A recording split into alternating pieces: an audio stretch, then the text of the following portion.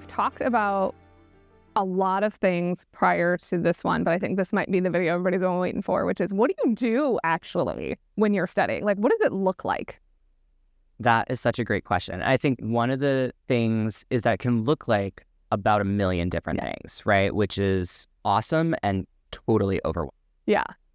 One of the key things is that it actually should look different at different times. You don't want to just study in one way because then you're only including yourself to really remember that in sort of one way. Yeah. So if you can do something that engages different modalities, and by that I mean like drawing and visual and writing is sort of one modality.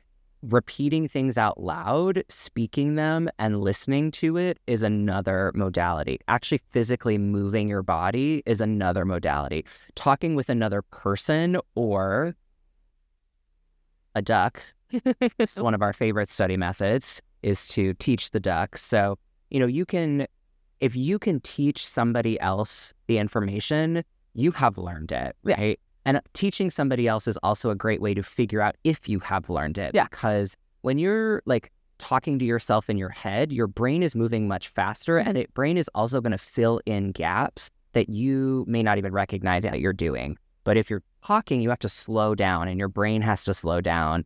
And then when you start to talk things out, you're like,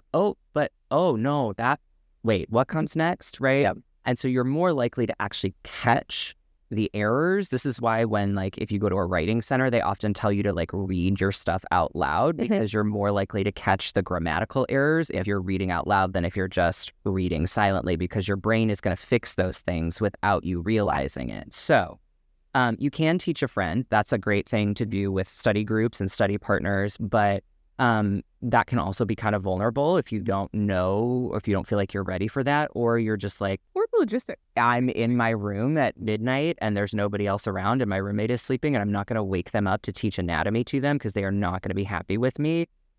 So we encourage getting a little rubber duck or a stuffed animal, or honestly a pet, your dog, your bird, whatever, your Gila monster. Hopefully people don't eat monsters. So I was getting a picture of that. Poisonous animal. But sort of think about what you've learned and then literally talk, and it's helpful for it to have a face. If it's a poster of your favorite celebrity crush, that also works. And just sit down and say, all right, I'm going to now teach you what I just learned about this, whatever it is that you were studying, and teach the duck. If you can teach it to the duck, that's great. You probably know it.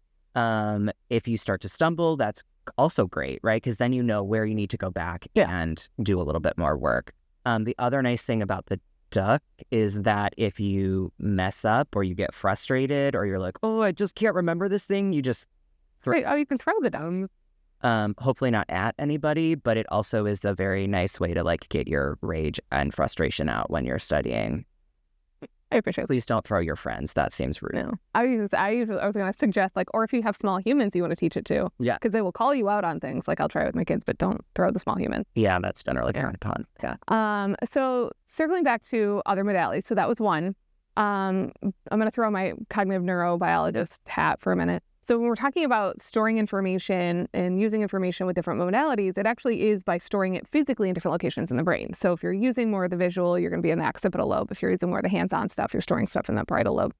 So we're looking at using brain anatomy as different filing cabinets. So if we go back to, so you just talked about the talking it out one. If we go back to maybe visual, can we give some specific suggestions for visual learning? A whiteboard, if you have access to one, is great. Honestly, just a piece of paper. One of the things that I personally would do is I would use markers and paper. I actually still do this in my work life when I need to figure something out. But before I go to class, yeah. That using not just a regular pen and paper, but using a marker and drawing it out, whether that is writing words and connecting them in sort of a concept map. So the main concept is in the center. You probably did these in elementary school with pets is in the center, and then you branch out and it might be dogs. Somewhere we end up at Gila monster. Birds, and then you end up with Gila monsters over there in the lizard category, right? So you can do that. And that's also, the concept maps are really great because it's also asking you to make connections between material. So that's a really great thing for like an exam strategy or like a final exam where you've had all of this like units and chapters. And so how does it all tie together? How does this all tie together into one giant concept map? I would say, and I'll even add to that, how you mentioned like get a whiteboard if you have one or just paper. I actually suggest bathroom mirror, because if you have it there when you're doing your morning routine, brushing your teeth, like you can quiz yourself on it or on the refrigerator. So when you're kind of walking for a snack, be like, oh yeah, that was that thing. So you can utilize your space or the windows in your house. Like it doesn't have to just be in an academic space. If it's just crowding your learning space, it helps. Yeah. And you can use a dry erase marker on mirrors and windows and things like that. Post-its, sticky notes are also great for that. Especially for things like vocab. Can be really great that you just like have vocab words around. Like if you want to change the thermostat, you have to answer 3 questions correctly. Open your cabinet to get a plate and it's like, there's a vocab word to define. I have a similar suggestion that I usually do, which is a bowl of terms. So I have students take all of the key terms for that chapter, put them in a bowl, or objectives for like my phys classes where they put questions in a bowl and they would just, whenever they walk by, they have to pull it out and see if they can answer it. If they can, great. If they can't, then they put it in a cup, and I call it the we'll get it later cup. So when you actually have time to sit down and study, then you can, focus on those ones. Yeah. Looking back at concept maps, color coding is a huge favorite of mine. So you want to talk about a little bit about like using color or triggers or cues like environmentally? Absolutely. So one of the things, there's so many different ways that you can cue. And a lot of learning is basically habit building, right? And so if you're talking about habits and learning, they're actually pretty similar. There's a cue or a trigger that is then going to make your brain go through its little filing cabinet of information to be like, what is that thing? Sometimes the cue or trigger is a question, right? And so then you're looking for that information, but the cues can also be things that are like environmental.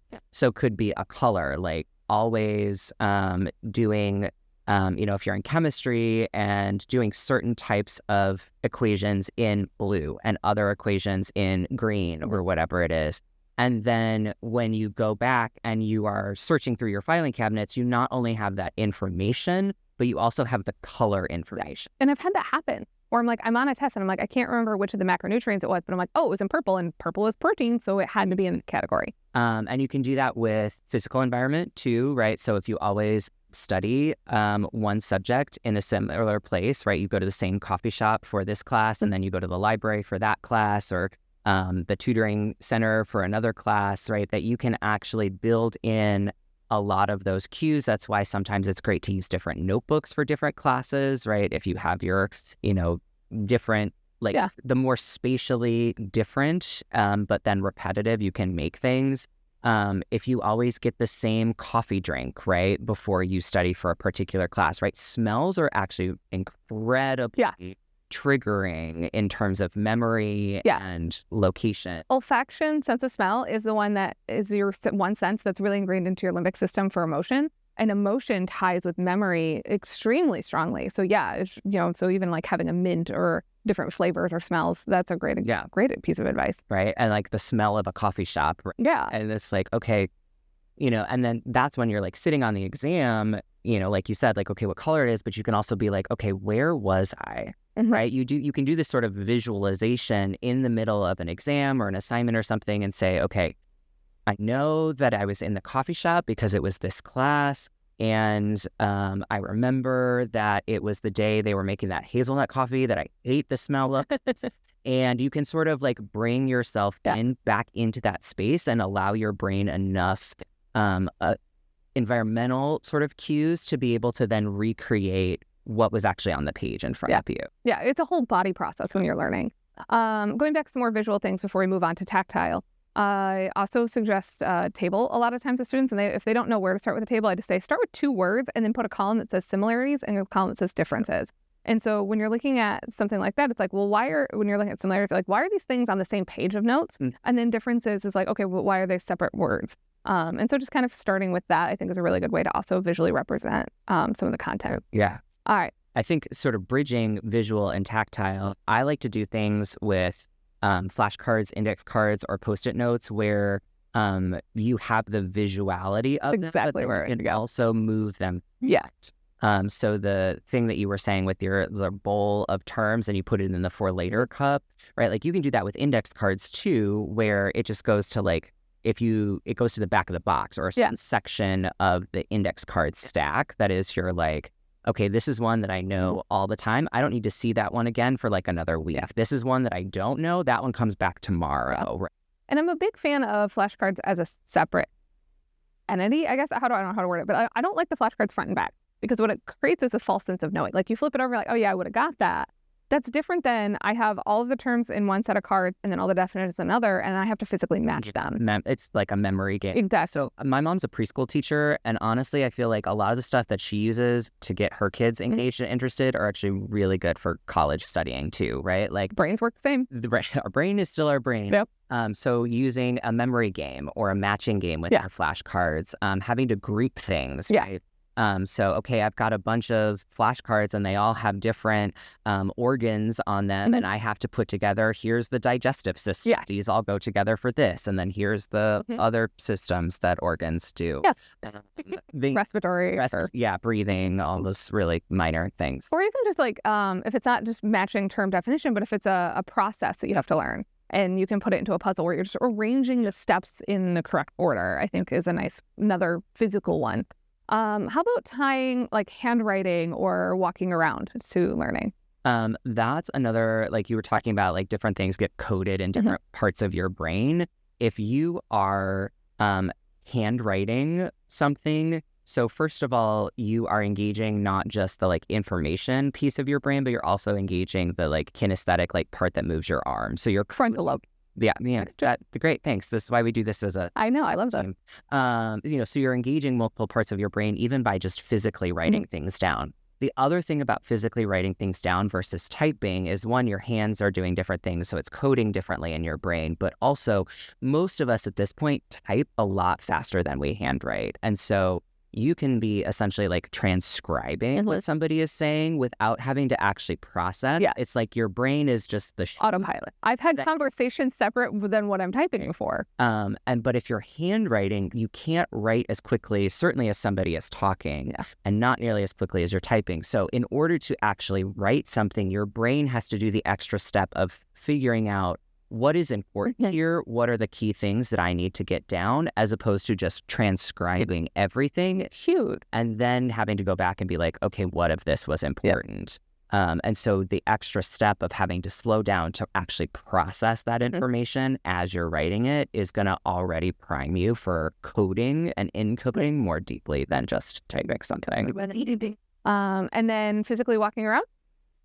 Again, more muscles, more brains. And the other thing is that exercise focuses us, right? Like that, there's so much study about just like physical movement helps calm and focus our brain. And so that, in addition to having that like additional sensory input, you also are doing all those nice things to like get to, is the parasympathetic is the good one you want to turn? Well, I mean, they're both good, but the like de-stress. Right. Parasympathetic, kind of the, what we call rest and digest. But yeah, exactly. Yeah. So you can get yourself into that like optimal balance between sympathetic and the parasympathetic. So you're not like too hyped up in stress, but you're also not so mellow. Right. That you're fall asleep. Yeah. And then when you're looking at tying that to like integration of new neurons, like physical movement does help new neurons stick around in our brain, which is really important. All right. So I think we covered physical movement, visual, auditory. I think that's a lot of it. Yeah, this is a big one. Yeah. There's others, but those are the big ones, and that'll give you a lot. If you're also stuck on auditory with like, what do I do if I don't have access to something that's already audio recorded? You can record yourself reading your notes or read your term. Take a pause when you're doing the recording, say the definition, so when later you're listening to it, it's like you're quizzing yourself, which I've told people to do for road trips. Yeah, that's really smart.